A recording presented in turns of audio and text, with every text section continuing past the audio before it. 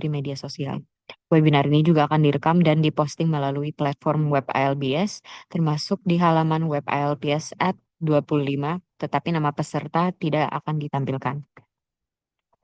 Ini adalah bagian pertama dari seri webinar, dua bagian untuk menganalisa dan mengungkap serangan ekonomi dan militer yang sedang berlangsung, yang dilancarkan oleh imperialis Amerika Serikat yang di berbagai wilayah di seluruh dunia. Webinar hari ini berjudul Agresi dan Penjarahan Imperialis AS di Asia dan Pasifik. Kami akan fokus pada serangan imperialisme AS terhadap rakyat di Amerika Serikat sendiri, Asia Tenggara, Asia Barat, dan Pasifik. Sejak awal tahun 2010-an, Amerika Serikat telah meningkatkan persaingan antar imperialisnya dengan Tiongkok melalui apa yang disebut pivot to Asia dalam upaya putus asa untuk membendung kebangkitan ekonomi dan militer Tiongkok sebagai kekuatan dunia yang mampu menantang dominasi unipolar Amerika Serikat.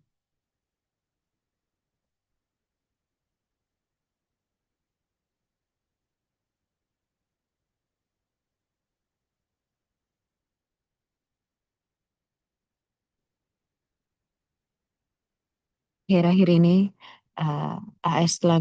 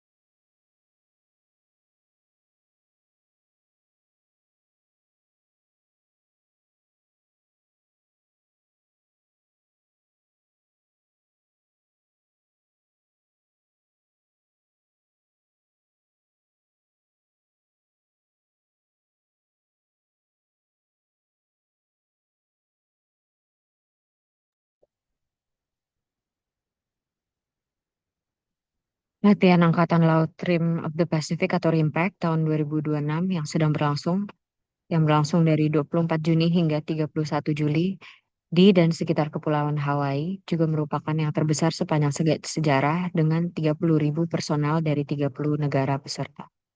Latihan 2 tahun ini telah lama diprotes oleh masyarakat Hawaii dan di seluruh Pasifik karena perusakan lingkungan, satwa liar, dan peningkatan pelanggaran terhadap perempuan yang terjadi seiring dengan meningkatnya militerisasi pulau-pulau tersebut. Provokasi perang yang dipimpin AS ini beserta perjanjian militer dan perdagangan yang terus ditandatangani dengan negara-negara sekutu bertujuan untuk memastikan kendali ekonomi AS atas pasar dan sumber daya di Asia Pasifik. AS berupaya keras untuk mengamankan rantai pasokan alternatif untuk teknologi canggih yang saat ini dikendalikan oleh Tiongkok, seperti semikonduktor, AI, eh, unsur tanah jarang dan mineral kritis, melalui inisiatif seperti Pax Silica yang bertujuan untuk membangun bentuk-bentuk baru zona keamanan ekonomi. Terkait dengan persaingan antar imperialis ini adalah kendali maritim atas jalur laut dan sumber daya laut di Asia Pasifik. AS telah secara oportunistik memanfaatkan konflik teritorial antara Tiongkok dan negara-negara Asia Tenggara di sekitar Laut Cina Selatan untuk membenarkan peningkatan kekuatan militer AS lebih lanjut. Sementara itu, ketika seluruh dunia terguncang oleh krisis ekonomi dan politik imperialis yang dipicu oleh perang agresi AS Zionis yang gagal di Iran, AS memperingati ulang tahun ke-250-nya hari ini dengan isolasi internasional yang belum pernah terjadi sebelumnya dan meningkatkan dan meningkatnya ketidakpuasan dan perlawanan massal di dalam jantung kekuasaan AS sendiri. Sejak kembali menjabat, rezim Trump saat ini telah secara eksponensial memperburuk kebijakan anti rakyat dari rezim Biden sebelumnya dengan mengintensifkan serangan fasis negara terhadap rakyat di Amerika Serikat, terutama para migran. Untuk mendengar lebih lanjut tentang situasi di AS dan meningkatnya perlawanan rakyat, kami menyambut ketua baru terpilih dari cabang negara eh, ILPS AS, yaitu Tino Palen.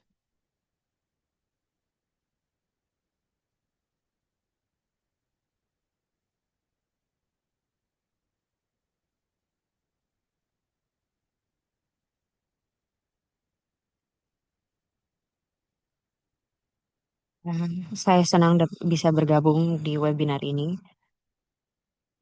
membicarakan tentang kondisi migran dan peralat alat-alat yang digunakan oleh imperialisme AS untuk melawan rakyat yang tertindas dan terpisah. Seiring krisis imperialisme terus mengikis AS dari dalam, negara itu menjadi semakin kejam dan agresif dalam upaya untuk mencegah kemundurannya sendiri, seperti yang dibicarakan Azra. Rezim Trump eh, secara terbuka mengejek dan mengesampingkan segala bentuk segala bentuk demokrasi.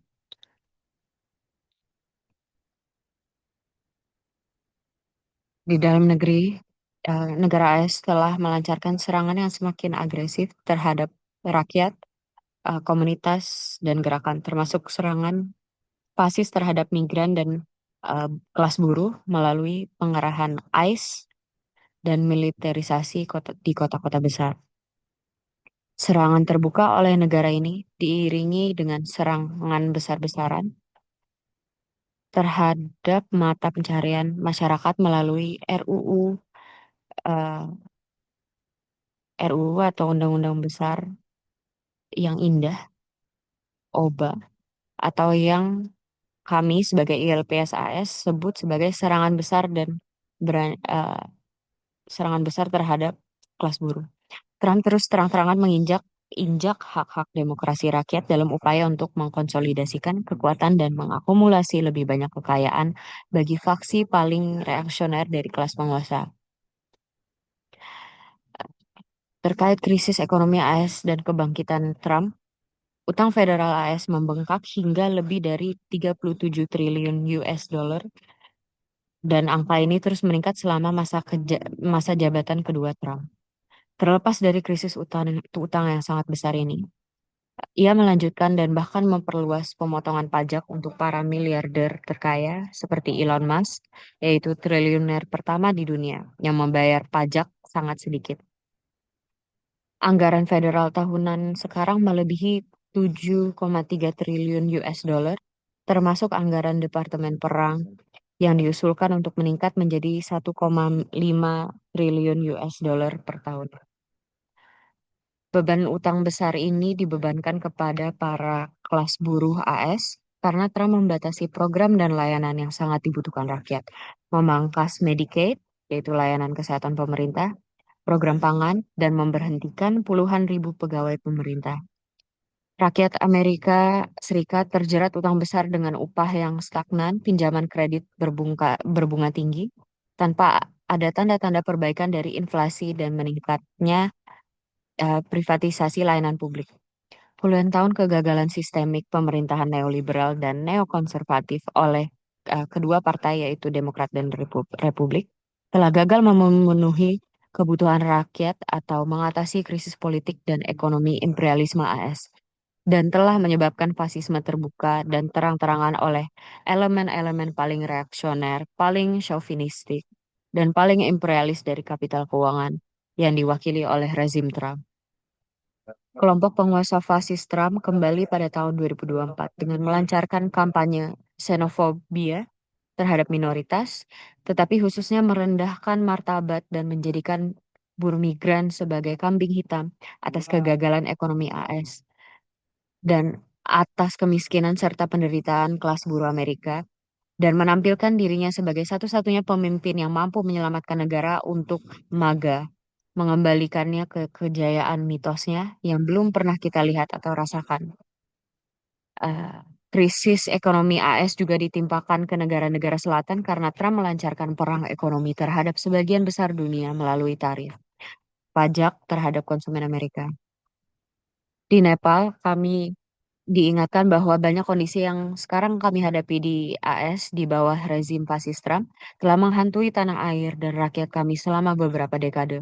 Tetapi kebangkitan fasisme di AS di bawah Trump adalah perkembangan yang relatif lebih baru setelah beberapa dekade kebijakan ekonomi neoliberal yang gagal dan perang neokonservatif. Seiring dengan semakin merosotnya imperialisme AS, krisis saat ini semakin nyata akibat ulah demagog Trump yang melancarkan serangan fasis, neoliberal, dan neokonservatif terhadap rakyat. Anggaran One Big Beautiful Act atau OBA, Trump memangkas pendanaan dari layanan publik, layanan umum, menyalurkannya ke kantong para kapitalis monopoli dan lembaga-lembaga negara yang represif, serta dibayarkan kepada para penerima keuntungan perang terbesar yaitu perusahaan teknologi, AI, dan militer yang akan kita bahas nanti.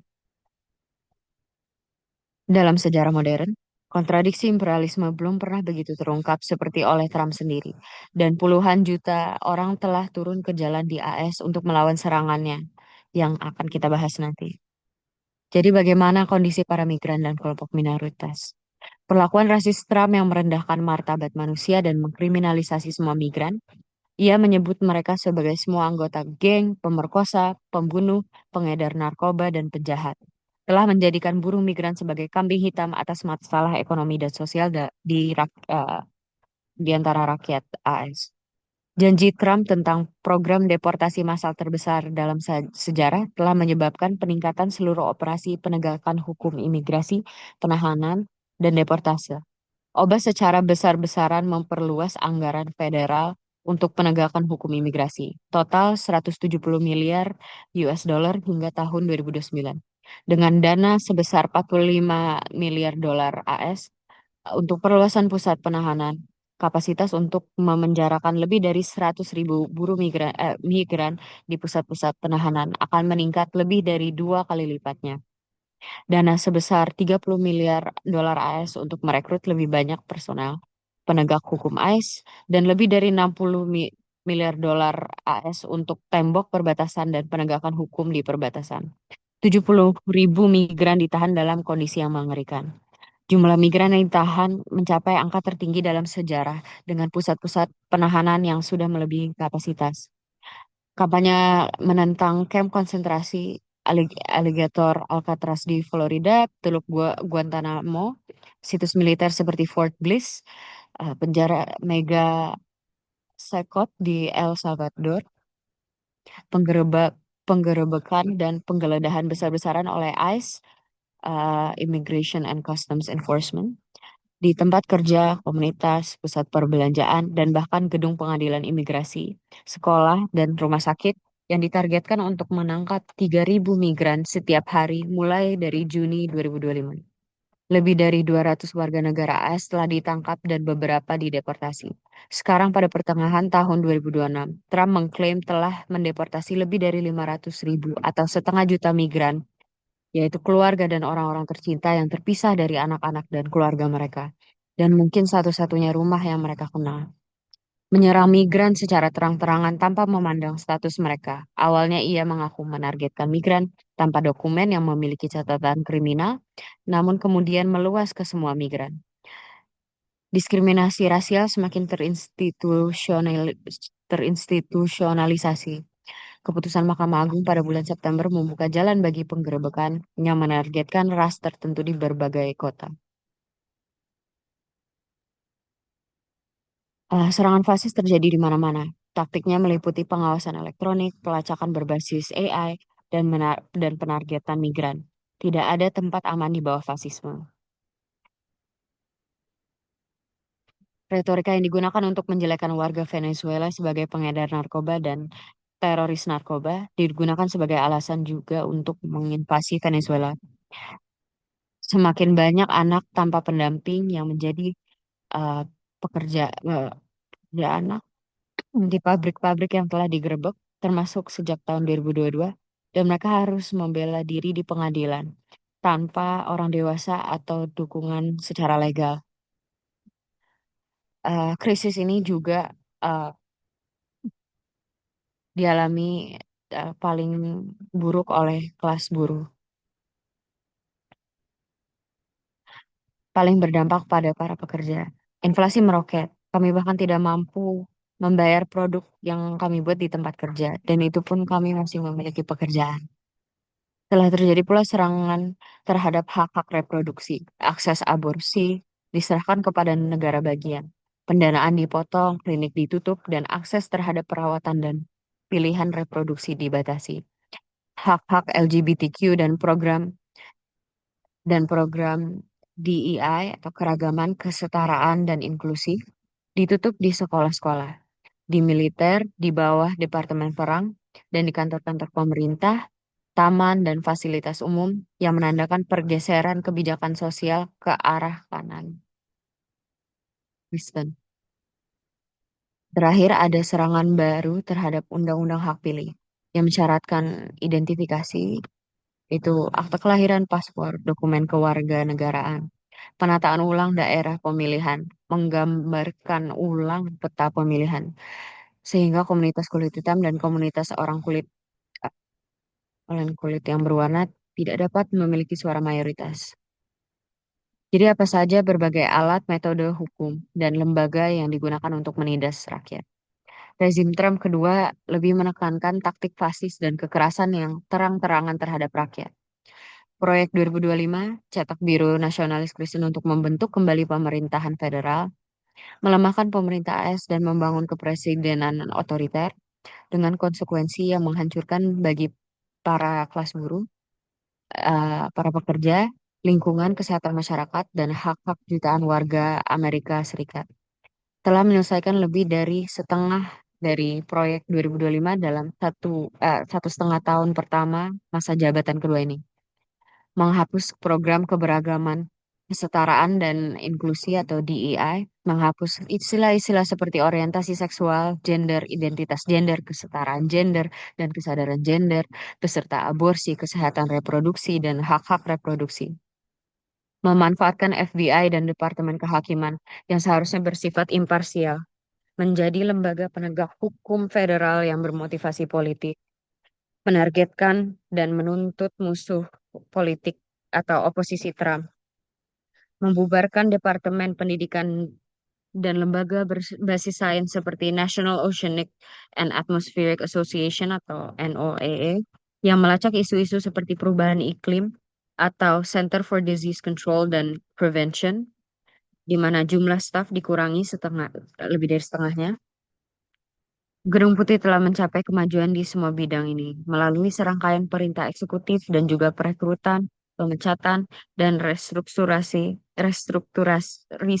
yang bermotivasi politik yang secara fundamental telah memperluas pengaruh dan kekuasaan presiden di semua cabang pemerintahan. Dia berfokus pada melucuti birokrasi atau DOGE dan melawan lembaga dan struktur pemerintah yang membatasi program fasisnya. Membangun mesin negara yang represif termasuk Departemen Keamanan Dalam Negeri, memperluas penggunaan teknologi AI atau pengawasan, dan Departemen Perang. Serangan terhadap proses hukum yang adil yang mengklaim adanya invasi ilegal yang dilakukan oleh anggota geng Venezuela secara khusus dan migran tanpa dokumen secara umum, membenarkan deportasi tanpa sidang pengadilan. Undang-undang anti-imigran baru-baru ini, Undang-Undang Laken-Riley, mengizinkan penahanan dan deportasi migran yang hanya dituduh melakukan kejahatan, bahkan jika tidak dihukum atau dinyatakan bersalah. Deportasi ketiga antar negara ke El Salvador, Sudan, dan Eswatini. Serangan terhadap migran sebagai bentuk penindasan politik ada penaburan ketakutan, meneror rakyat, mendorong migran untuk bersembunyi dan kehilangan mata pencahariannya, pendidikan, perawatan kesehatan, serta program dan layanan penting lainnya karena migran takut keluar dan beresiko ditangkap, ditahan, atau dideportasi.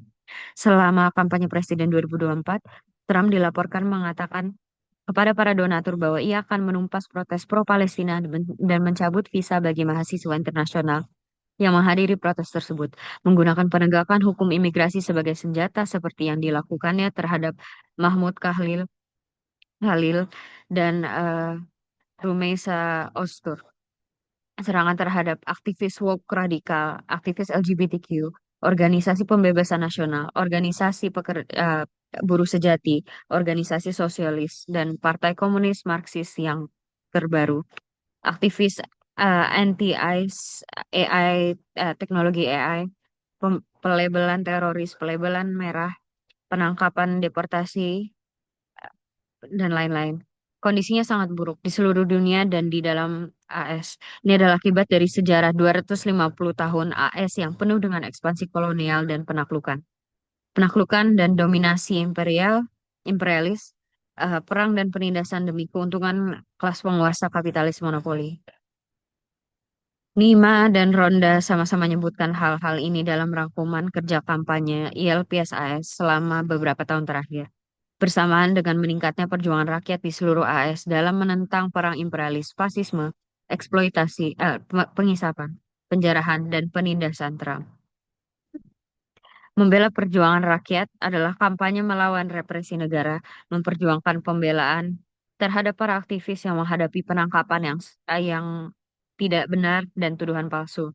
Kampanye ini menentang program kontra pemberontakan AS seperti Kerangka Kerja Countering Domestic Terrorism atau CDT yang digunakan untuk menargetkan komunitas dan aktivis.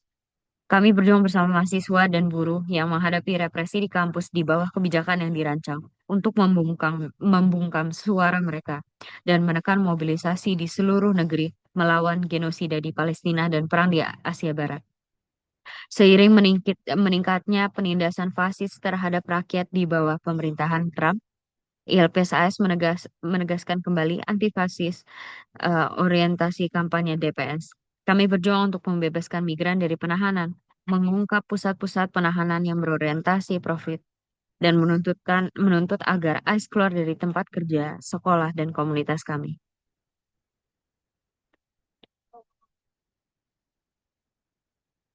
Terima kasih sudah memberikan kesempatan kami di Amerika Serikat untuk menyampaikan tentang situasi dan kondisi kami di sini.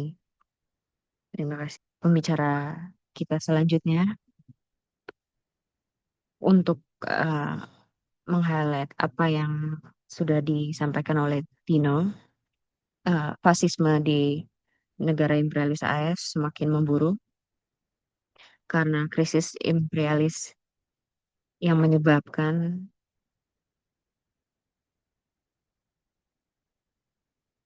serangan-serangan di Asia dan Pasifik dan meningkatnya militerisasi di Asia dan Pasifik. Kita mempersilahkan Arnold Padia, Sekretari Jenderal, Sekretar Sekretaris Jenderal ILPS Filipina. Di hari ini, 80 tahun yang lalu, eh, AS eh, mengakui eh, independensi Filipina. Dan kita tahu itu adalah kebohongan.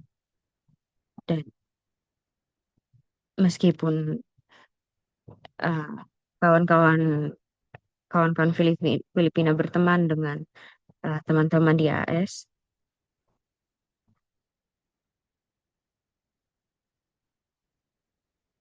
kita tidak berteman dengan imperialis AS.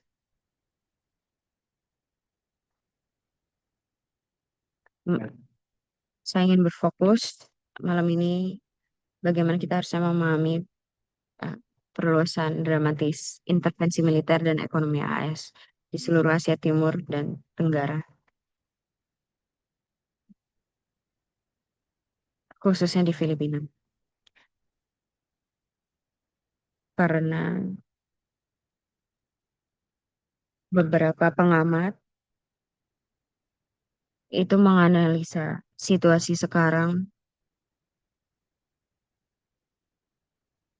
di Asia dan Pasifik.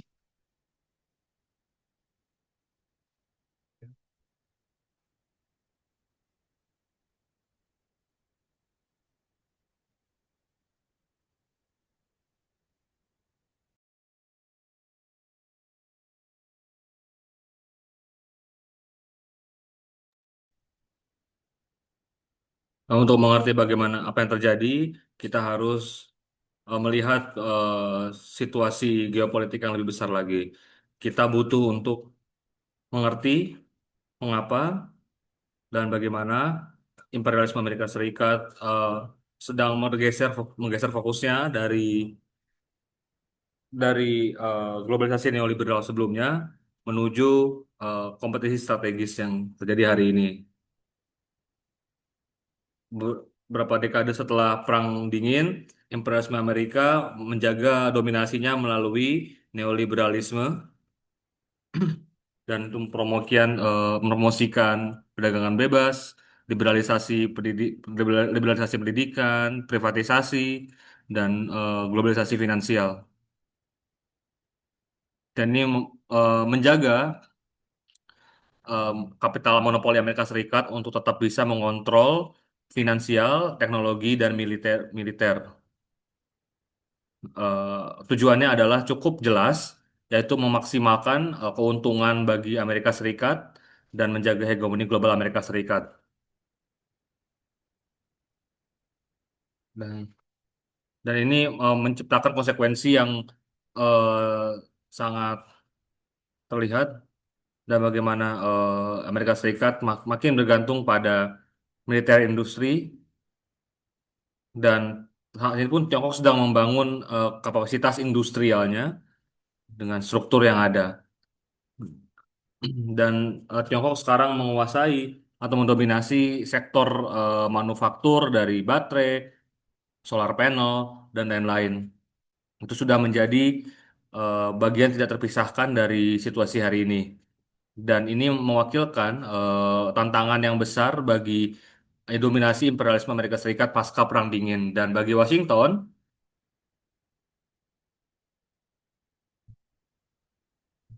dan itu membangun dirinya sebagai kompetitor strategis hari ini. Dan US hari ini sudah mengkalibrasi hari ini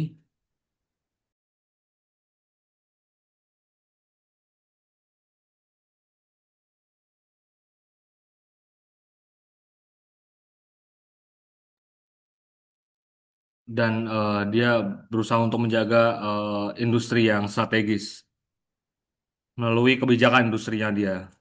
Dan impres Amerika itu sangat jelas dan membangun superioritas militer di abad 21. Dan ini termasuk di dalamnya industri seperti semikonduktor, AI, komputer, telekomunikasi, dan lain-lainnya.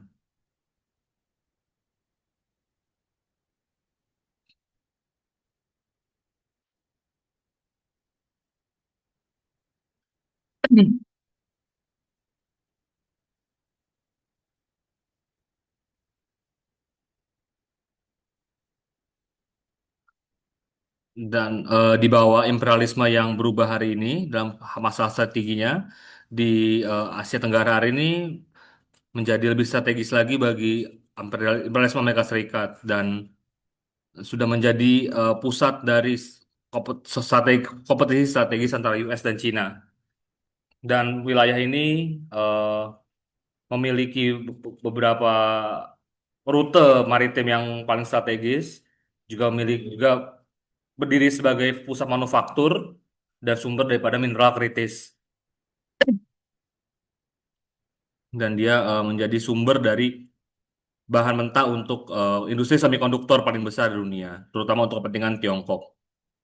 Jadi ini menjelaskan kenapa Amerika Serikat sedang sistematis memperkuat dirinya dalam aspek aliansi dan memperkuat itu dengan Jepang, Korea Selatan, Australia, dan lain-lain, dan juga membangun kerjasama keamanan dengan Taiwan untuk memastikan keamanan dirinya di wilayah tersebut. Aliansi ini terus-menerus membesar dan pelatihan militer bersama semakin membesar dan budget pertahanan semakin tinggi dan lebih banyak operasi di banyak militer di banyak aspek. Ini adalah bagian dari strategi paling lebih besar lagi untuk menjaga supremasi militer Amerika Serikat. Dan yang penting dalam strategi ini, dalam strategi imperialisme Amerika Serikat, eh, yang dibilang sebagai First Island Chain, yaitu rantai pulau dari Jepang, Taiwan, Filipina, sampai Indonesia. Nah, ini memberikan perimeter barat dari pertahanan Amerika Serikat. Dari perspektif Washington, mengontrol akses militer ini terhadap pulau-pulau ini membuat Amerika dapat mengawasi perkembangan Tiongkok dan memastikan kekuasaan dan dominasinya di Asia Pasifik dan membatasi akses Tiongkok ke dalam Samudra Pasifik yang lebih luas. Dan secara dan eh, rantai pulau-pulau ini memang dalam posisi yang paling strategis di Pasifik dan bisa menjadi markas termaju operasi Amerika Serikat.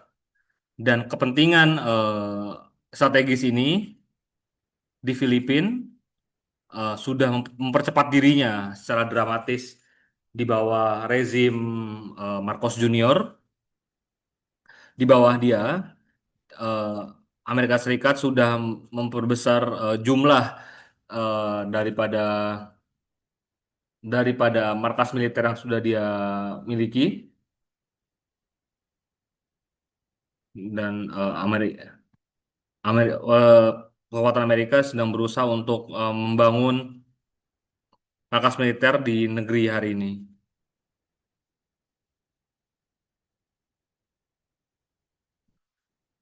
Dan saat ini sudah bertambah jumlahnya di luar dari markas-markas tradisional Amerika yang menghadap ke arah Taiwan dan Laut Cina Selatan di bawah rezim hari ini. Amerika Serikat sudah meningkatkan jumlah dan perbesar skala daripada pelatihan militer yang dilakukan bersama partner-partnernya. Dan pelatihan-pelatihan militer ini dilakukan sepanjang tahun di seluruh pulau. Dan kita sekarang memanggil latihan ini sebagai Balikatan yang memobilisasi 10.000 tentara Amerika tahun ini. Dan imperialisme Amerika Serikat eh, juga sedang memasang sistem rudal yang maju,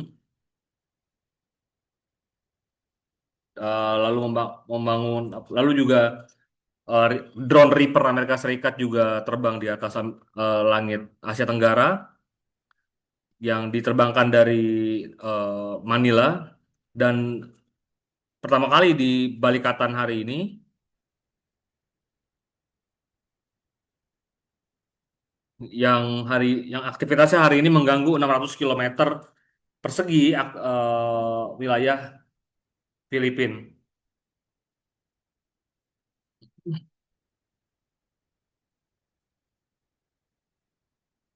Dan ada usaha bagaimana untuk membangun hubungan strategis antara militer Filipina dan US PACOM. Dan di tentara Filipina hari ini ada komando gabungan terpusat yang baru yang mengizinkan adanya pembagian intelijen secara terbarukan yang dibangun atas koordinasi tentara Filipina, militer Filipina dan US Pacific Command. Dan ini sudah menghabiskan sekitar 500 miliar US dollar per tahun dan bahkan mencapai 2,5 miliar US dollar Eh, dan bantuan militer Amerika Serikat ini diekspor sebagai cara untuk bagi US untuk membangun Filipina dan Taiwan dapat menjadi benteng pertahanan yang satu. Nah, makanya Amerika Serikat membangun strategi yang disebut First Island Chain. Dan ini mengizinkan mereka izin pada Amerika Serikat untuk mendapatkan akses lebih banyak eh, bagi Amerika Serikat di Filipina.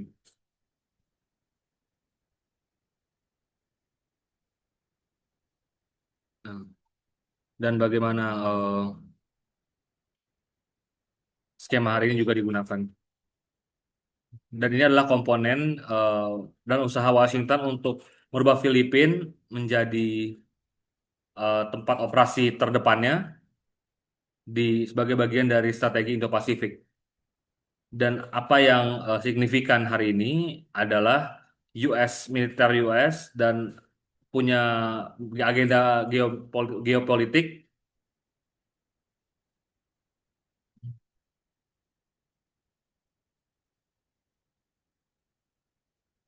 Ini artinya bahwa strategi militer dan strategi hegemoni sudah menjadi hal yang tidak terpisahkan di bawah imperialisme strategi imperialisme Amerika Serikat.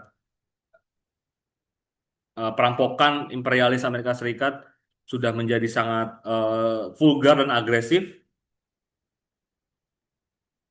meskipun memang imperialisme itu bukan hanya soal militer saja, itu utamanya adalah bicara soal persatuan antara finans kapital dan finans industri, kapital finans dan kapital industri, dan tapi militer itu memiliki kepentingan untuk bisa menjaga sistem finance ekonomi yang dibangun oleh imperialisme Amerika Serikat. Dan dalam konteks ini hubungan antara militer dan ekonomik eh, dan agendanya itu sudah tidak bisa dipisahkan lagi. Proyek infrastruktur, hubungan digital, sistem energi, proyek pembangunan pertambangan, dan ini semua dibiayai oleh imperialisme Amerika Serikat. Dan mereka memfasilitasi akumulasi kapital dan di saat yang sama mereka mendukung logistik militer juga. Di kasus ini di Filipina sangat jelas integrasi ini dilakukan seperti yang kita lihat di eh, yang kita panggil sebagai koridor ekonomi Luzon. Nah, itu bagian dari proyek ekonomi imperialis di Filipina yang sedang implementasikan di pedesaan. Koridor ekonomi Luzon ini adalah inisiatif Amerika Serikat dengan Jepang untuk mempromosikan pembangunan dan inisiatif pembangunan di Luzon yang seharusnya bisa memodernisasi pembangunan di sana melalui investasi, logistik, dan lain-lainnya. Namun apa yang kita lihat, situasi geografis daripada Luzon, ekonomi koridor Luzon itu sangat strategis bagi kepentingan Amerika Serikat dan Jepang. Nah, koridor ini menghubungkan hub ekonomi di seluruh Luzon dan menjadi pusat ekonomi eh, yang mendukung Manila dan Batangas. Dan makanya itu berusaha dibangun fasilitas militer strategis Amerika Serikat di sana. Dan dan koridor ekonomi Luzon ini dibangun juga bandara, rel kereta, komunikasi, infrastruktur data, pusat logistik,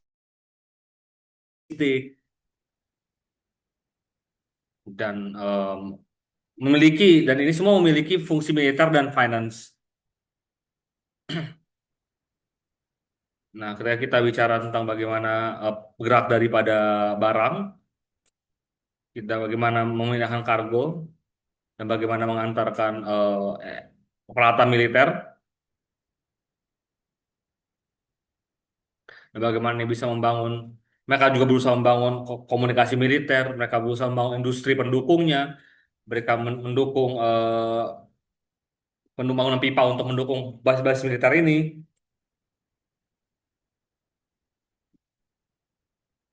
Makanya itu situasi antara ekonomi dan militer Amerika Serikat itu semakin blur dan tidak bisa terpisahkan dari yang lain. Dan adanya integrasi dan kekuatan militer di Filipina oleh Amerika Serikat. Paksilika adalah salah satu inisiatif paling baru daripada imperialisme Amerika Serikat. Itu berusaha untuk mengamankan rantai supply, rantai pasok, terutama rantai pasok seperti bagaimana pastikan itu terfokus pada pembangunan AI dan teknologi terbarukan. AI ini semakin menjadi aspek yang sangat penting dalam ekonomi hari ini. Nah, itu menentukan bagaimana eh, masa depan dari kapasitas militer, juga bagaimana menentukan nasib daripada industri semikonduktor yang memerlukan eh, mineral kritis seperti nikel, terus tembaga, gitu ya. Dan ini semua penting bagi produksi semikonduktor, baterai, dan penggunaan industrial lainnya. Tapi di sisi yang sama, sistem kendali dari rudal itu membutuhkan bahan-bahan yang sama, terutama AI. Jadi ini menunjukkan bagaimana proyek set Taksilka di Filipina ini fungsinya itu bukan membangun pusat industri, namun membangun eh, area keamanan militer untuk ekonomi, dan fungsinya hari ini untuk mengintegrasikan Filipina ke dalam rantai pasok dan mengorganisasikannya di dalam kepentingan strategis Amerika Serikat. Jadi melakukan pertambangan tidak bisa lagi terpisah dari geopolitik yang berkembang hari ini, terutama terkait dengan bagaimana penggunaan dan akumulasi aset strategis, ekstraksi sumber daya alam Filipina itu tidak membangun industri nasional, namun justru membangun saja kepentingan Amerika Serikat. Dan akibat dari ini semua, akibat dari ini semua adalah makin banyak pertanyaan-pertanyaan kenapa kita tidak mendukung eh, pembangunan basis industri ini, gitu kan? Apalagi dipromosikan akan adanya pekerjaan, adanya sumber ekonomi yang baru. Tapi yang dipertanyakan adalah siapa yang menentukan seluruh aktivitas industrial ini? Lalu bagaimana efeknya terhadap lingkungan?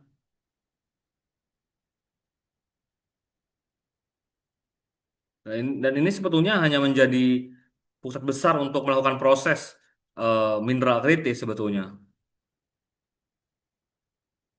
Dan ini membutuhkan 1.600 hektar tanah dalam bangunan Paksilika, dan area ini hanya akan menjadi wilayah proses mineral saja, lalu juga melalui operasi-operasi pertama tadi juga mengundang eh, makin banyak investor untuk bisa menambang di sana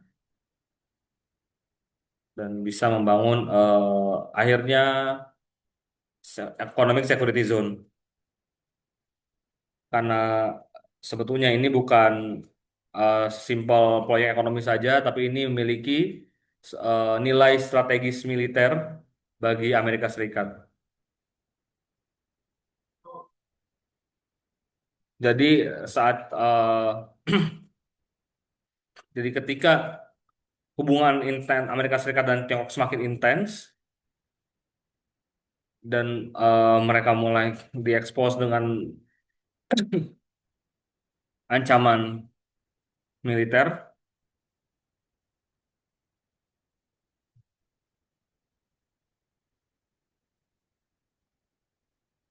dan kita saat ini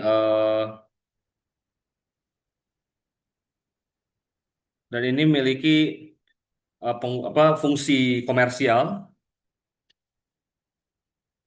dan untuk mendukung imperialisme Amerika Serikat dan operasi militernya dan serta proyeksi kekuatannya di seluruh region.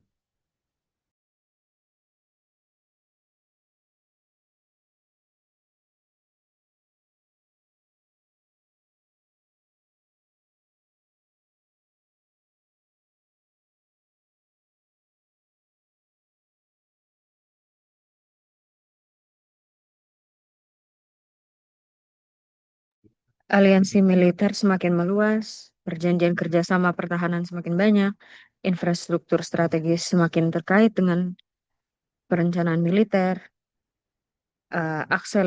akselerasi penambangan mineral kritis, manufaktur canggih sedang diorganisasi ulang berdasarkan aliansi geopolitik seperti Paksilika. Persaingan imperialis sedang membentuk kembali seluruh perekonomian regional. Tujuannya bukan untuk sekedar perdagangan. Ini adalah restrukturisasi produksi teknologi, keuangan, logistik, dan kekuatan militer menjadi blok-blok geopolitik yang saling bersaing. Ini menandai fase baru persaingan imperialis. Sebagai penutup,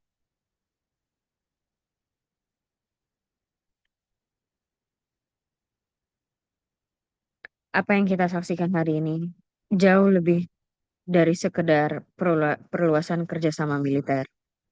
Ini adalah pembangunan arsitektur militer ekonomi terintegrasi di seluruh Asia Timur dan Tenggara yang dirancang untuk mempertahankan dominasi global AS di tengah kebangkitan Tiongkok, pangkalan militer, perjanjian pertahanan, mineral-mineral kritis, koridor infrastruktur, kecerdasan buatan atau AI, rantai pasokan semikonduktor, kebijakan investasi, zona industri, semuanya saling berhubungan. Semua memiliki tujuan strategis yang sama. Bagi Filipina ini berarti meningkatkan integrasi ke dalam strategi eh, rantai pulau pertama AS. Ini berarti ketergantungan militer yang lebih dalam. Peningkatan kendali asing atas sumber daya strategis, kerentanan yang lebih besar terhadap perang regional, eh, lebih rentan terhadap perang yang tidak kami, bukan kami yang mulai, dan meningkatnya subordinasi pembangunan nasional terhadap prioritas geopolitik kekuatan asing. Oleh karena itu, tantangan yang kita hadapi lebih besar daripada sekedar menentang pangkalan militer individual atau proyek investasi individual. Ini tentang menegaskan kedaulatan nasional yang sejati. Ini tentang memastikan bahwa sumber daya, industri, infrastruktur, dan kebijakan luar negeri negara melayani rakyat Filipina, bukan persaingan strategis antara kekuatan imperialis yang bersaing. Hanya dengan menolak dominasi asing, melawan penjarahan imperialis, dan menempuh jalur pembangunan yang independen, rakyat Asia Timur dan Tenggara dapat berharap dapat membangun kawasan yang tidak didasarkan pada konfrontasi militer, melainkan pada kerjasama sejati, keadilan sosial, dan perdamaian abadi. Terima kasih. Terima kasih Arnold. Terima kasih atas informasi yang sudah disampaikan terkait kondisi dan situasi di Filipina, tetapi menjelaskan juga konteks persaingan imperialis antara AS dan Tiongkok dan bagaimana kompetisi tersebut berujung pada meningkatnya uh, militarisme di Asia dan Pasifik, Paksilika dan hubungannya dengan uh, zona keamanan ekonomi dan dalam banyak hal ini adalah kompetisi langsung dengan Tiongkok sebagai uh, seseorang dari Pakistan. Saya juga bisa merasakannya.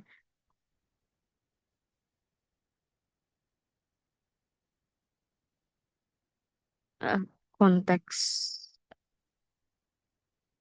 yang disampaikan ini sangat penting dan seperti yang kamu katakan Arnold, rakyat Filipina perlu mengintensifikasi dan mereka sudah mengintensifikasi, tapi ini harus ditekankan eh, apakah ini adalah untuk melayani AS atau Tiongkok atau memang untuk rakyatnya. Jadi terima kasih sekali lagi untuk penjelasannya dan kita akan kembali ke situasi di Iran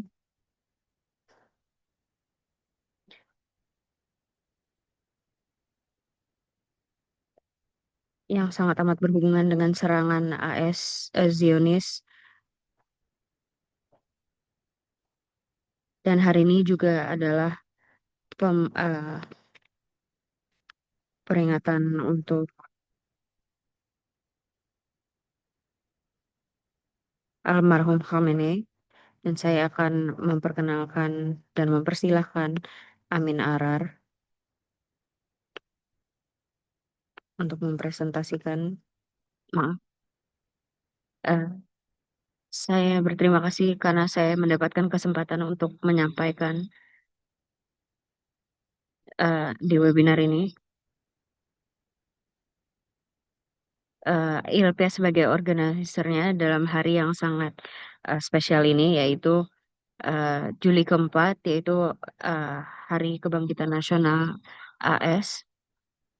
Tetapi bagi para panelis dan partisipan webinar ini,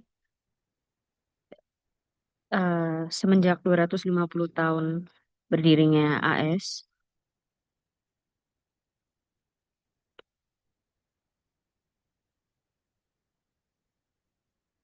dan Trump akan eh, berpidato terkait eh, pencapaiannya dalam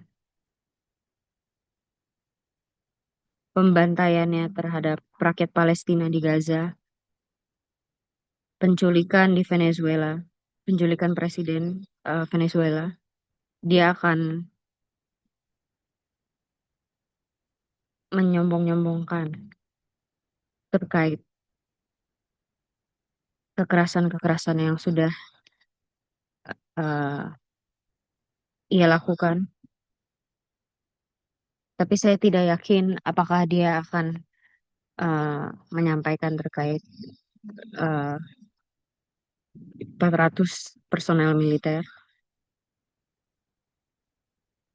yang dimobilisasi untuk kudeta-kudeta, personel-personel yang diorganisasikan oleh negara AS.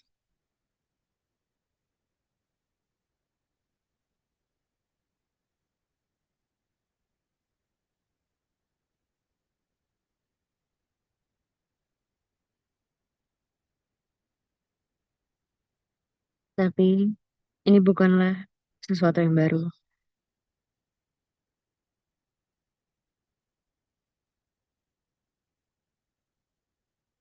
Di waktu ini, di momen ini, kita sedang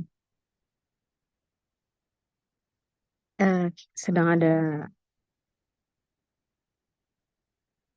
kegiatan yang sangat penting secara global, yaitu mobilisasi rakyat Iran untuk almarhum Khomeini. Beberapa hari setelah ke depannya, di hari Senin, kalian akan melihat lautan resistensi atau perlawanan.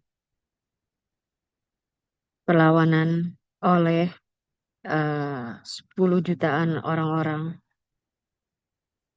di Iran untuk memberi hormat kepada Khomeini, orang yang menunjukkan kemanusiaan, bagaimana mengkonfrontasi agresi kekuatan imperialis, yaitu imperialisme AS. Beberapa hari sebelum ia dibunuh, Trump dan kelas penguasa di AS, mereka secara terang-terangan mengancam untuk membunuh Khomeini.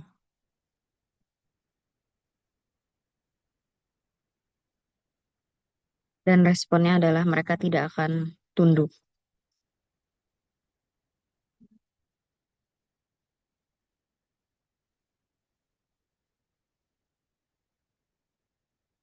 Dan untuk menyimpulkan pesan saya, mengatakan bahwa kita mau para pembunuh untuk bertanggung jawab atas apa yang mereka lakukan, bertanggung jawab atas pembunuhan pemimpin kita,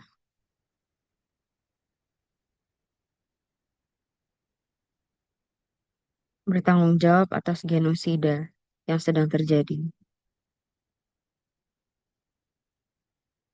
dan pembantaian pemimpin kita. Dan saya meminta organizer ALPS ini untuk mengumumkan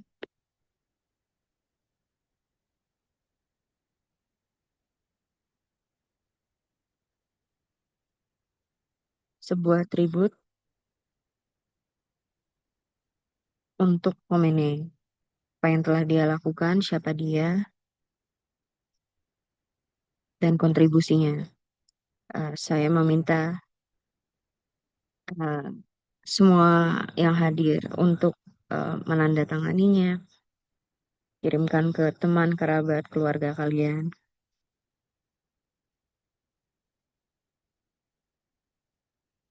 Karena saya sempat uh, membicarakan tentang kelas penguasa di AS, saya percaya bahwa penyelamat manusia ada di tangan kelas buruh Amerika. Sehingga mereka harus mendukung perjuangan rakyat Iran untuk melawan imperialisme AS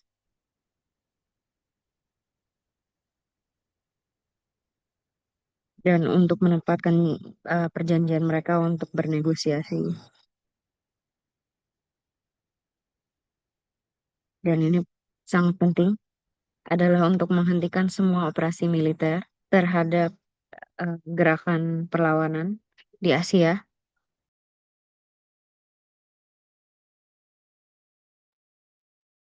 Terima kasih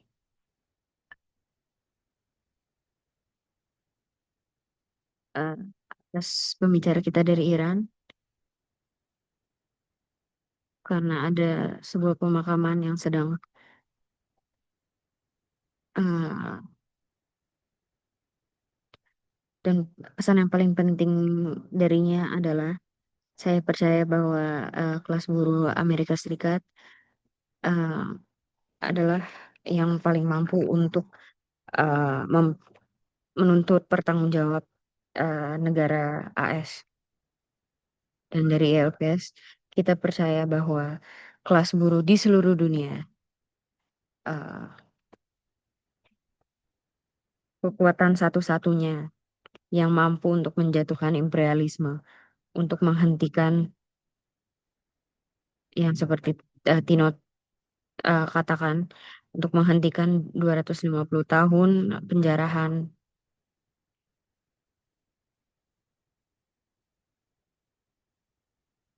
uh, lah jutaan uh, jutaan budak yang telah ditransfer dari Afrika ke Amerika,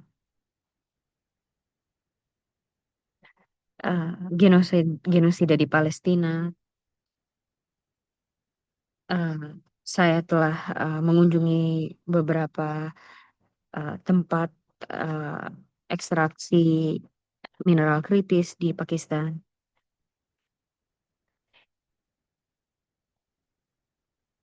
Dan ini bisa dilihat bahwa intensi mereka adalah untuk berada di mana-mana. Dan terima kasih atas penyampaiannya.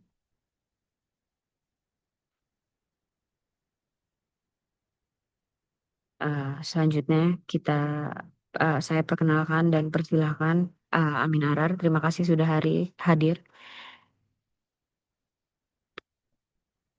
Amin Arar dari uh, uh, Partai Persatuan Rakyat atau Popular Unity Party Jordania. Selamat datang kawan. Uh, Dipersilahkan.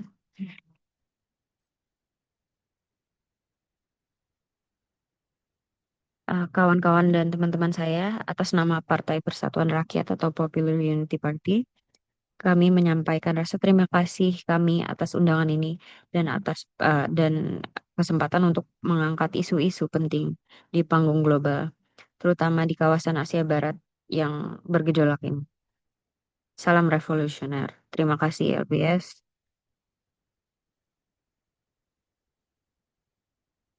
Hormat kepada para martir perlawanan di Palestina, Lebanon, Yaman, Irak, dan Iran, dan semua martir yang telah berkontribusi dalam melawan proyek Zionis dari Amerika Latin hingga Asia, Asia Barat. Salam hormat kepada rakyat Palestina yang teguh dan sabar, yang menolak semua upaya penggusuran. Terlepas dari semua agresi ini dan berbagai metode okupasi dan pembersihan etnis, ekspansi kolonial ini yang berlangsung hampir 1 abad, eh, telah memperdalam kesadaran rakyat Palestina dan garda depan perlawanan, melahirkan program perjuangan nasional yang dengan cepat berubah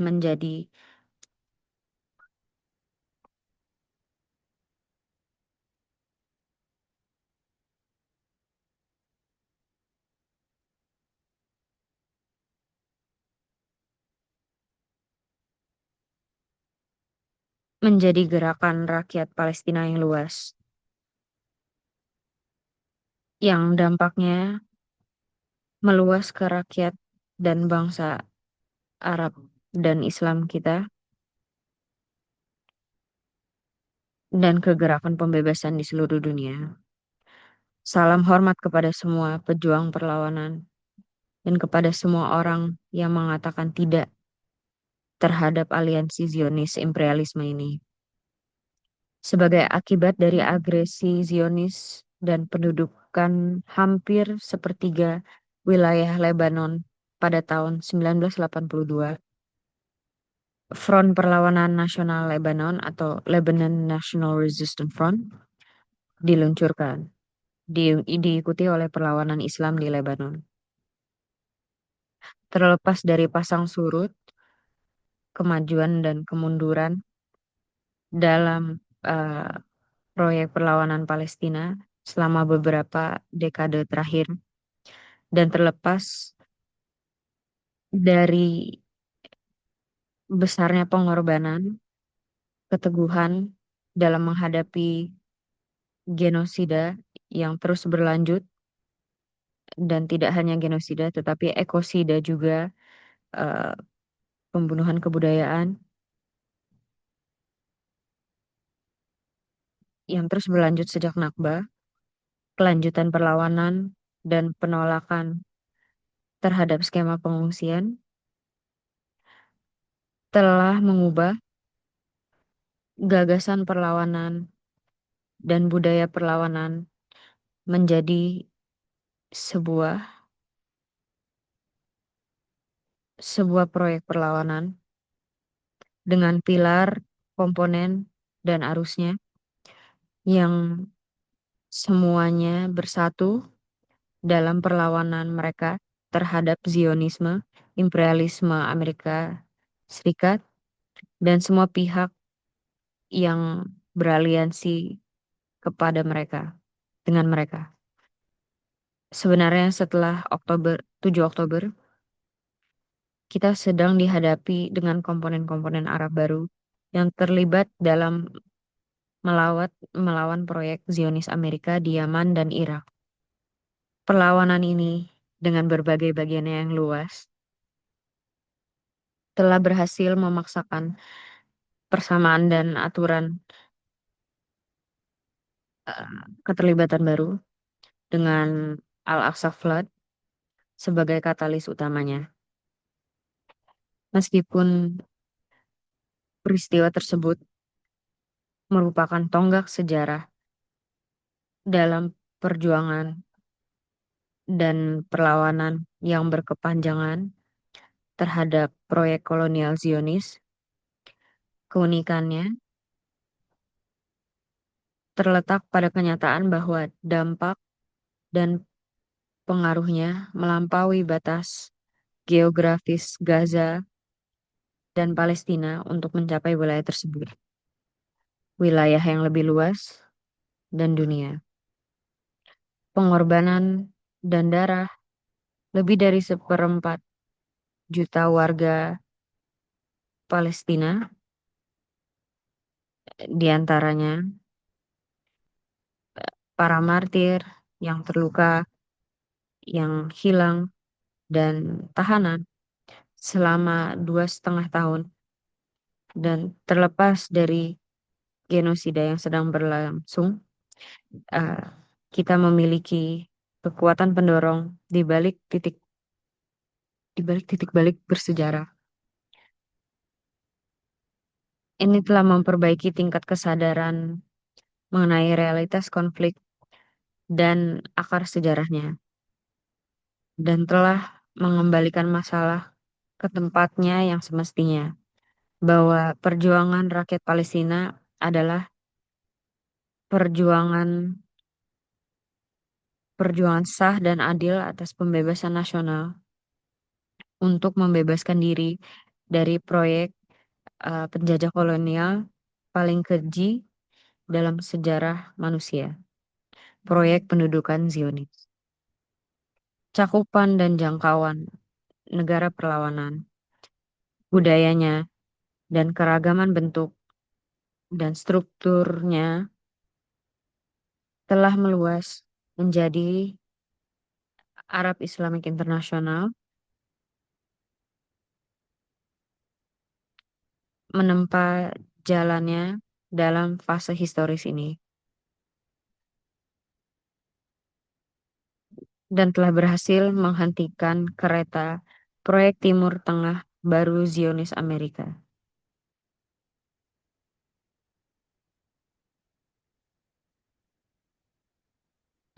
Judul-judul transformasi yang paling menonjol: pergeseran doktrin keamanan Zionis dari perang preemptif dan cepat di luar wilayah yang diduduki oleh entitas tersebut,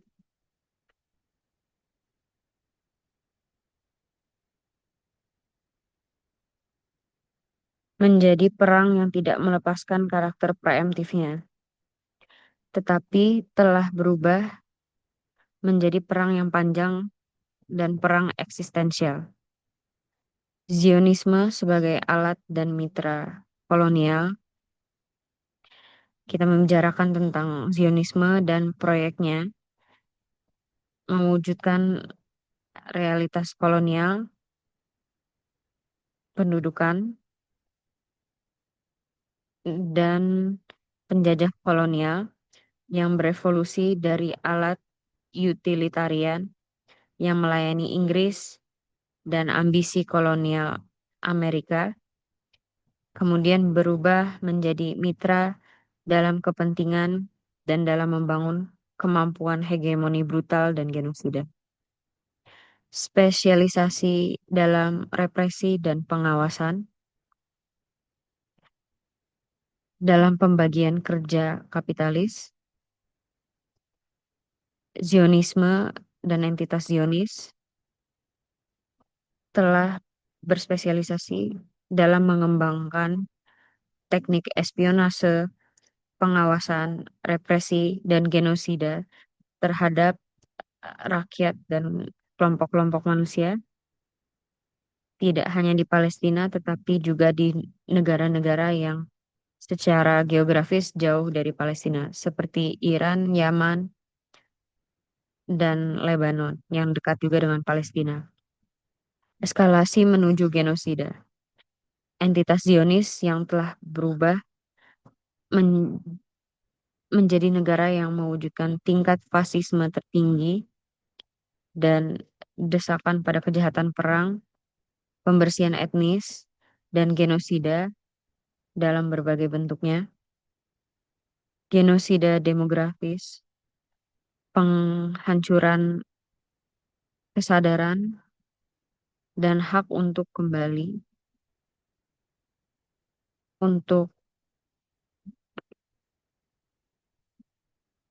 untuk para pengungsi Palestina, dan penghancuran identitas dan simbolisme Palestina. Lanskap saat ini, yaitu saat ini kita menyaksikan pendahuluan pertempuran terakhir untuk hegemoni sistem unipolar. Kita yakin bahwa era yang akan datang akan dengan jelas mengungkapkan hasil dari persamaan aturan dan keselarasan regional dan internasional yang baru. Mengingat perkembangan baru yang besar, peluangnya adalah kita siap untuk menghentikan dan menggulingkan proyek hegemoni neokolonial atas tanah air Arab kita dan untuk bergerak menuju pencapaian kedaulatan atas kemampuan kita, bebas dari hegemoni kolonial Zionis Amerika. Kita menghadapi persamaan dan aturan keterlibatan baru yang tidak ada sebelum Juni 2025, termasuk transisi dari kesabaran strategis ke kesetaraan strategis, terhentinya proyek perdamaian Abrahamik, munculnya Selat Hormuz sebagai faktor kunci, faktor penting, dan keretakan yang semakin besar di dalam front AS Eropa dan di dalam uh, masyarakat AS sendiri. Penarikan AS dari kawasan ini menjadi lebih layak dan konsisten dengan strategi keamanan nasional AS yang baru. Kita menyaksikan disintegrasi dan konflik dalam struktur entitas tersebut yang menandakan jalan buntu bagi proyek Zionis dalam segala hal. Kelanjutan genosida di Gaza dan sentralitas perjuangan Palestina dengan berlanjutnya agresi Zionis terhadap rakyat Arab Lebanon kita menuju proyek Timur Tengah AS Zionis yang telah tertutup.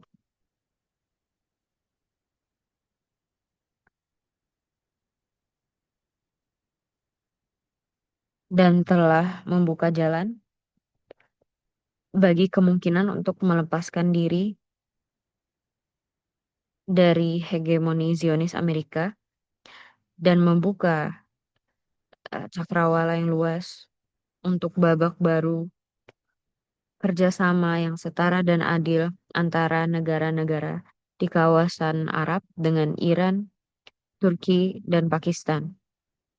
Mengenai perjanjian kerangka kerja Washington, ini diantara eh, AS dan entitas Zionis dan pemerintahan Lebanon.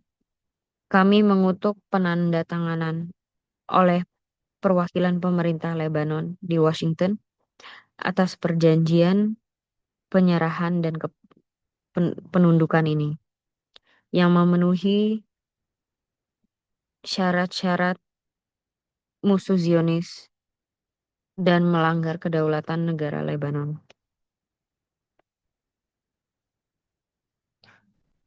Kesepakatan untuk tunduk ini memberikan entitas kriminal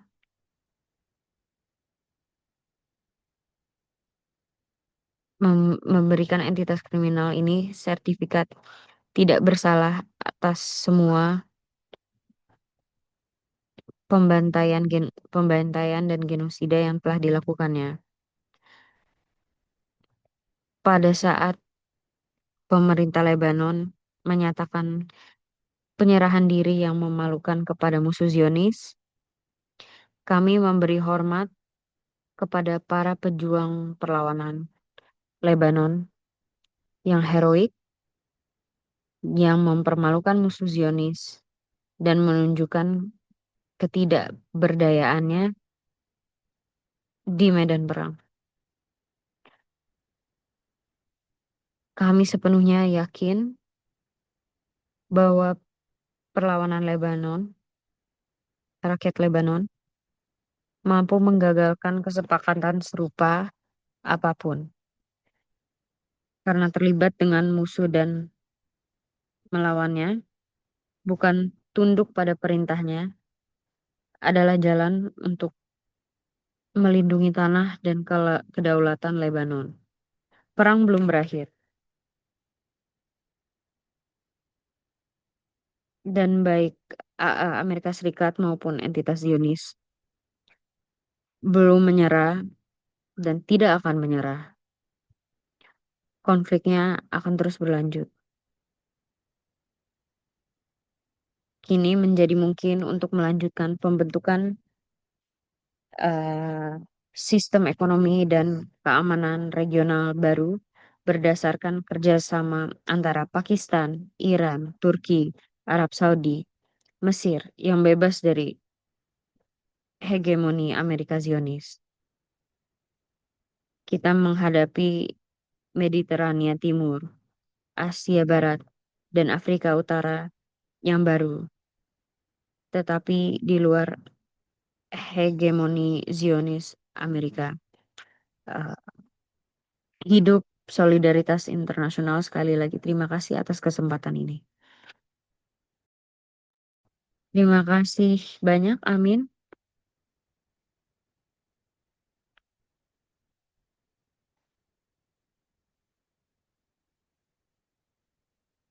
Eh, Terima kasih sudah menyampaikan Eh, terkait dan, dan kita perjanjian memiliki bahwa perjanjian perang yang ini saat ini belum terkutuk selesai yaitu dan perjanjian antara eh, ba- eh, semua AS pihak belum menyerah Zionis dan Israel dan Lebanon eh, kita mau menyebutkan bagaimana dan kehancuran markas-markas Amerika kerusakan Serikat di wilayah pada tersebut dan basis-basis eh, AS ber- itu mundurnya sangat Amerika terlihat. Serikat itu semakin terlihat. Basis-basis eh, militer AS sangat dan terlihat. ini akan membangun era baru Dan dalam kita memasuki era baru pembangunan di mana Asia Barat di akan Asia bebas Barat dari yang bebas dari hegemoni dan hegemoni Amerika Serikat Zionis dan Zionisme AS Zionis, dan dan kita harus Saudi Arabia, mena Pakistan.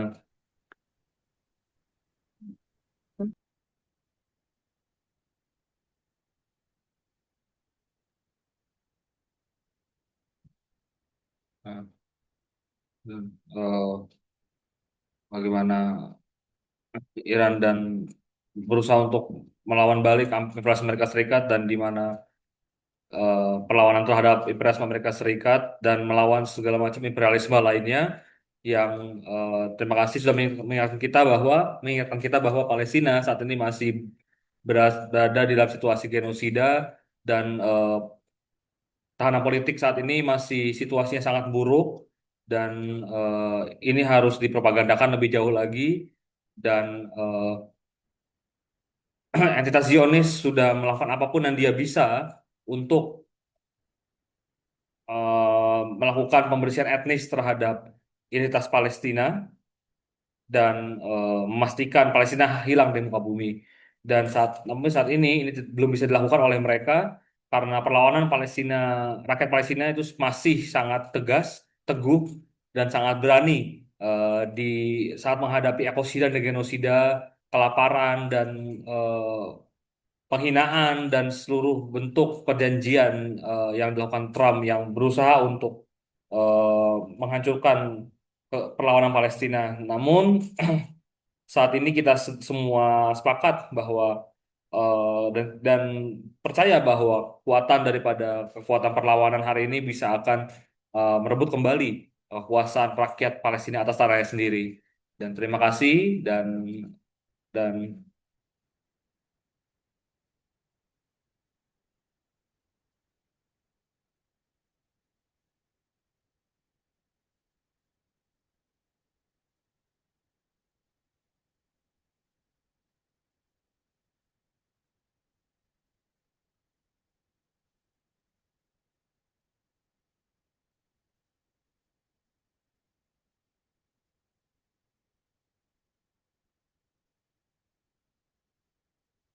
selanjutnya akan ada Monica Flores yang akan memberikan penjelasan tentang ekonomi biru.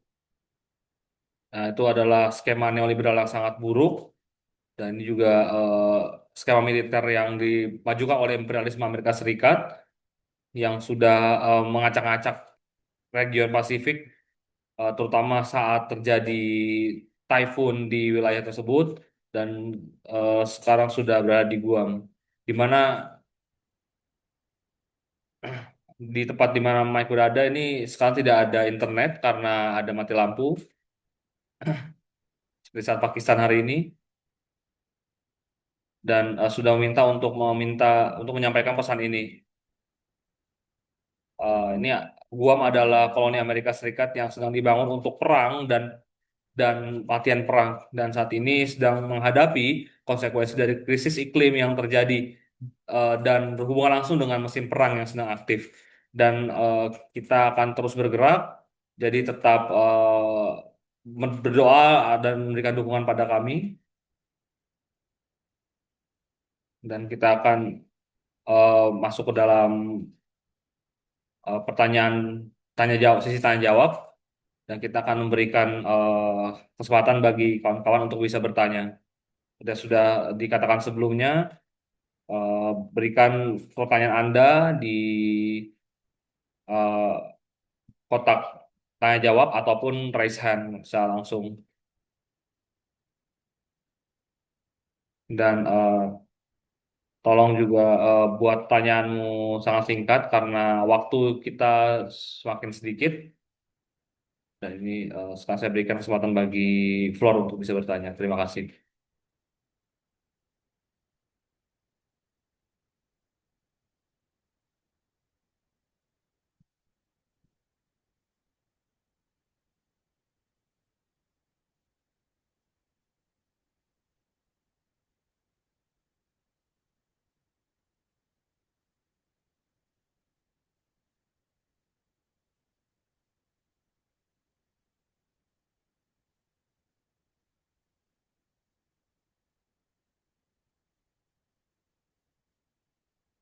Jadi saya bisa bertanya sempat. Ini Tina yang bertanya, eh, tapi Tina sudah berhasil untuk masuk beri. Oh, pertanyaan adalah sesuatu yang dikatakan tentang krisis ekonomi di Amerika Serikat, namun juga ketika melihat ke data bahwa ada penaikan GDP di US setiap tahunnya dari 2015 sampai 2020. Jadi apakah ada parameter yang bisa digunakan untuk mengatakan apa sebetulnya parameter terbaik untuk menentukan krisis ekonomi? Silakan. Jadi aku sudah merespon secara singkat, lalu bicara pertumbuhan GDP di Amerika Serikat. eh, Tapi pertumbuhan ini setiap tahun semakin menurun dan ada peningkatan tingkatan hutang di Amerika Serikat yang sudah mencapai 40 triliun US dollar. Jadi saat ini sudah ada pertumbuhan hutang sebesar 120% dari GDP tahun lalu. Jadi meningkatnya hutang dan ketidakmampuan dari pertumbuhan ekonomi untuk setara dengan pengeluaran itu terlihat. Dan aku ingin mengatakan bahwa ini membuat dunia semakin jatuh ke dalam krisis hutang yang semakin dalam. Eh, dan ini mendorong US untuk semakin brutal dalam menjadi super profit. Dan saat ini krisisnya lanjut terus dan semakin intensif. Meskipun ada terjadi penambahan GDP.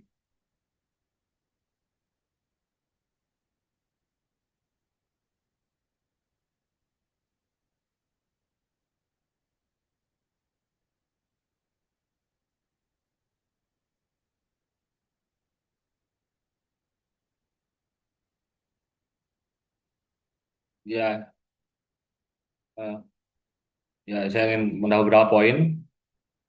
Selain apa yang Tina sudah berikan, jadi bila kamu membandingkan eh, jalur jangka panjangnya pertumbuhan GDP dari US hari ini sudah semakin menurun, semakin melambat, dan itu tidak pernah eh, recover ke dalam situasi sebelumnya sebelum 2008, dan sudah ada pandemik juga, jadi sudah ada efek dari situ juga, dan dan itu semua terlihat dalam pertumbuhan GDP hari ini. Namun, seperti aku sudah sebutkan, bicara dibandingkan dengan yang lalu, pertumbuhan GDP Amerika Serikat sangat melambat dan pertumbuhan yang ada itu sebetulnya didorong eh, oleh semakin banyaknya pengeluaran Amerika Serikat. Dan tentu saja ini yang dikorbankan utamanya adalah rakyat Amerika sendiri.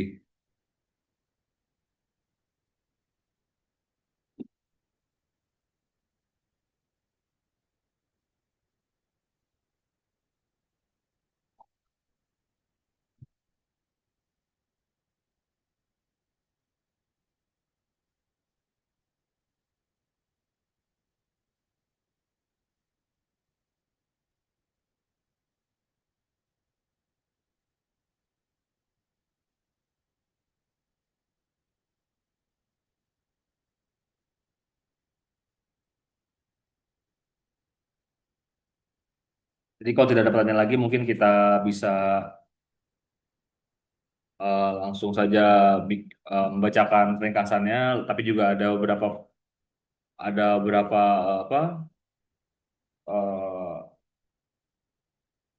pengumuman saat kita sedang merayakan 250 tahun perlawanan melawan imperialisme Amerika Serikat yang sudah berdampak pada situasi di Asia Pasifik sampai ke perang-perang yang terjadi di Asia Barat dan perjanjian-perjanjian brutal justru yang seperti perjanjian Abraham sampai Pax Silika, perjanjian di Lebanon, dan juga konferensi mineral yang dilaksanakan di US, dan juga eh, banyak lainnya. Dan saat saat ini pembicara kita sudah menekankan bagaimana fasisme yang muncul di Amerika Serikat, eh, kita yang di luar Amerika Serikat juga merasakan fasisme. Tapi apa yang terjadi saat ini sangat berbeda di bawah administrasi atau pemerintahan Trump, terutama dalam kondisi migran, terus apa yang terjadi terhadap minoritas, terus eh, pembubaran atau pencabutan banyak keamanan yang dimiliki rakyat, juga eh, represi terhadap kebebasan berbicara, terus juga hilangnya perlindungan atas lingkungan, dan bagaimana mereka saat ini ada 500.000 lebih orang yang sudah dipaksa pergi keluar atau dideportasi. Eh, Bahkan anak-anak itu sedang diadili di pengadilan. Situasi pekerja semakin memburuk dan juga situasi ekonomi, penderitaan kelas buruh dan hilangnya keamanan sosial yang sudah dimiliki, terus bagaimana rusaknya pusat-pusat kesehatan dan juga militerisasi terhadap rakyat. Dan saat ini terjadi di US. Dan seperti kawan Syarabi sudah menyebutkan sebelumnya, eh, kelas pekerja Amerika Serikat sedang melawan balik. Tino juga memberikan banyak contohnya perjuangan kelas buruh di Amerika Serikat dalam konteks melawan militerisasi dan juga untuk menuntut hak-hak kaum migran. Dan saat ini juga yang terjadi di US dan Asia Pasifik dan Latin Amerika dan eh, bahkan adanya juga penculikan terhadap Presiden Maduro. Ada juga, makanya juga kita laksanakan juga banyaknya demonstrasi untuk mendukung Venezuela, lalu solidaritas untuk Kuba. Dino sudah em, memberikan contoh bagaimana adanya situasi yang berkembang di Amerika dan negeri-negeri lainnya di Asia Barat, di Asia Selatan dan Asia Tenggara. Namun misalnya di Paksilika saat ini sudah menjadi template operasi Amerika Serikat di banyak negeri dalam beberapa tahun berikutnya. Dan saat ini ketika US sedang berjuang eh, melawan kompetisi dari Tiongkok, eh, dia juga melaksanakan pembangunan markas-markas militernya di Filipina dan ada juga pertambahan jumlah perjanjian ekonomi antara US dan Jepang yang secara esensi kita tahu adalah sebetulnya itu adalah perjanjian militer dengan pembangunan rel kereta dan lain-lainnya serta pertambangan mineral kritis yang penting untuk pembuatan senjata. Dan saat ini mereka melaksanakan itu untuk memastikan kapasitas militer US itu semakin maju dan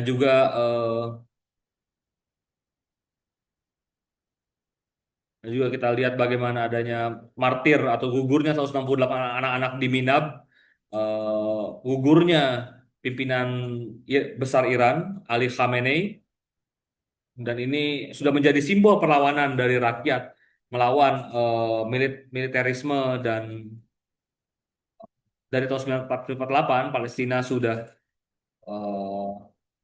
sudah dihajar dengan terbangunnya negara Israel, negara Zionis Israel. Namun rakyat Palestina tidak pernah menyerah dan di 3 tahun terakhir dari tahun 2023 sampai 2023 ketika serangan Hamas terjadi dalam operasi Al-Aqsa sampai hari ini tetap ada aktivitas perlawanan yang dilaksanakan oleh rakyat Palestina dan di seluruh Asia Barat dan seluruh dunia. Ini kita kadang-kadang membayangkan bagaimana rakyat Palestina sampai sekarang belum menyerah dan saya juga akan menutupnya dengan kata-kata itu dengan harapan bahwa militansi eh, perlawanan yang kita lakukan untuk hak kita, untuk makanan kita dan untuk apa saja, untuk semua hak-hak kita yang penting sehari ini, tapi tidak ada eh, tidak ada sama sekali dari seluruh pembicara yang pesimis dan kita semua ini percaya dalam perlawanan dan persatuan kolektif kita semua yang akan bisa memenangkan perjuangan kita yang sudah panjang ini melawan hegemoni Amerika Serikat selama 250 tahun terakhir. Ini belum berakhir dan kita tidak akan membiarkan mereka untuk tetap ada sampai dekade berikutnya dan kita akan terus berjuang dan berjuang sampai imperialisme dihancurkan. Dan dengan itu saya akan berikan kembali kepada kawan-kawan kita di LPS untuk membuat pengumuman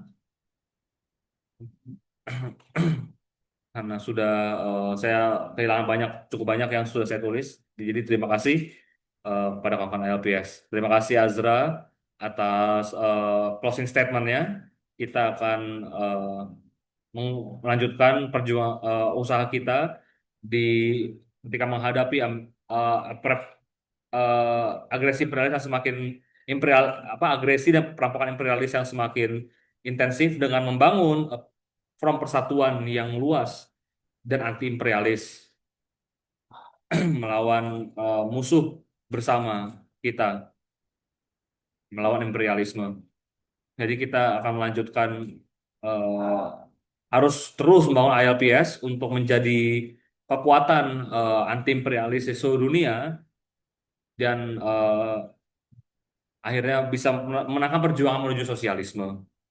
Dan dalam kampanye 25 eh, kampanye kita untuk perjuangan rakyat selama 25 tahun terakhir, dan kita harus mengingat bahwa persatuan ini muncul dari solidaritas yang sejati dan dukungan terhadap gerakan rakyat kita. Dan dalam 25 tahun LPS ini kita eh, sudah meluncurkan kampanye Free the Migrant, lalu juga bersama International Migrants Alliance dan International Women's Alliance dan Migranti Internasional untuk melawan balik serangan neoliberal dari kapitalis monopoli untuk melemahkan posisi migran sebagai kelas buruh, kelas pekerja yang paling tertindas saat ini dengan sistematisasi diskriminasi terhadap mereka dan juga efeknya itu kan terjadi dengan bagi migran itu ada turunnya upah, hilangnya hak, lalu juga munculnya xenofobia atau ketakutan terhadap orang asing yang memang dipupuk oleh kapitalis monopoli untuk mengadu domba antara migran dan rakyat di wilayah tempat mereka bekerja. Dan saat ini penting bagi kita untuk membangun solidaritas antara kaum migran dan pekerja lokal untuk bisa bersatu dan mencapai pembebasan kelas buruh yang sejati. Dan 2 minggu dari saat ini, di tanggal 18 Juli, kita akan dengan materi promosi yang akan dirilis, kita akan fokus kepada Amerika Latin dan berdiskusi juga tentang bagaimana efek daripada Trump corollary terhadap terhadap terbangunnya rezim rezim boneka di negeri-negeri eh, Amerika Latin saat ini.